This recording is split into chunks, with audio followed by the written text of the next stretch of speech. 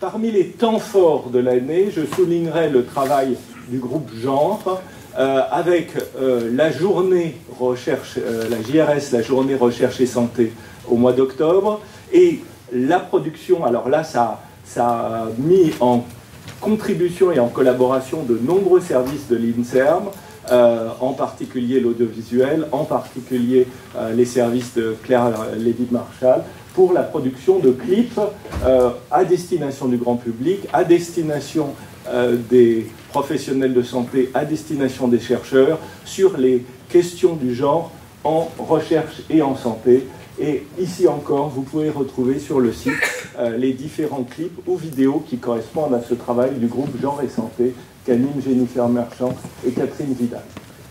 Autre temps fort, bien évidemment, les suites de la saisine édition du génome, qui, après un grand nombre de réunions internationales, et la dernière en date au cours de l'année était à Brazzaville avec les collègues africains, a abouti au mois de mars à la création de cette association internationale, ARIGE, dont vous voyez le site ici, et qui compte déjà des représentants de plus de 40 pays, et qui a maintenant une activité très régulière. Le numéro de cette semaine de Nature Biotechnologie, dans un éditorial, revient sur la création d'ARIGE et son activité, comme l'avait fait auparavant Nature, Science et de nombreux autres journaux internationaux. Donc l'association aujourd'hui existe, elle se développe. Il y a des groupes de travail qui se sont créés, il y a des premières lignes de recommandation. Vous pouvez voir cette semaine dans Nature Médecine 2 articles importants sur les risques que pourrait poser l'application directe des techniques d'édition du génome avec CRISPR-Cas9 dans des thérapies chez l'homme. Donc la notion d'éveil, la notion d'intérêt et la notion de suivi de tout ce qui concerne l'édition du génome, là encore, se traduit maintenant par une initiative qui nous dépasse et de loin. Je tiens à dire un certain nombre de merci, un certain nombre de bienvenus. D'abord, merci à notre secrétaire général, François Hirsch, qui va arrêter ses fonctions de secrétaire général, car il a souhaité pouvoir rediriger ses activités. C'est la manière polie de dire prendre sa retraite, mais comme c'est une retraite extrêmement active, on a du mal à penser qu'il se retire, d'autant plus que nous souhaitons bénéficier de ses lumières en matière d'éthique sur les recherches au Sud, et qu'il est tout à fait disposé à poursuivre des activités, mais plus focalisées que celles de secrétaire général et les autres fonctions qu'il avait à l'ITMO. Grâce à l'acceptation de la gouvernance de l'INSERM, nous sommes très heureux d'accueillir comme nouvelle secrétaire générale Christine Lemaître, que vous connaissez tous, ou vous avez tous vu, et qui maintenant va remplir les fonctions de secrétaire général du comité.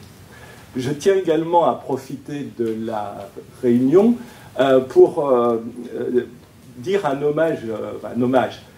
mot d'amitié particulièrement appuyé pour Emmanuel Hirsch, le directeur de l'espace éthique région Île-de-France, qui est notre partenaire depuis des années, depuis le début, je crois, de ces journées annuelles.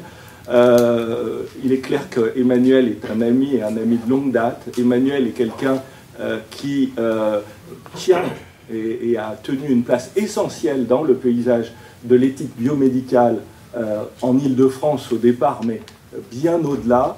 Je pense que depuis 25 ans, Emmanuel fait un travail époustouflant à l'assistance publique en Île-de-France, plus largement en France avec maintenant l'édition d'une revue, et à l'international. Je dois beaucoup à Emmanuel à titre personnel. Il m'a souvent invité à l'espace éthique quand c'était l'assistance publique déjà. C'est un grand monsieur de la bioéthique. Son œuvre commence à peine, et l'écho de cette œuvre commence à peine. Merci Emmanuel pour tout ce que tu as fait pour nous, et on ne doute pas que tu vas continuer. Et ceci étant dit, on va travailler sur les questions d'éthique à l'ère de la médecine génomique. Et donc, je propose qu'on commence par l'intervention du PDG, et ensuite Christophe qui dira quelques mots en hommage au Bobara Dumbo. On accueille Yves Lévy, qu'on remercie de nouveau pour sa présence parmi nous, fidèle là. Merci.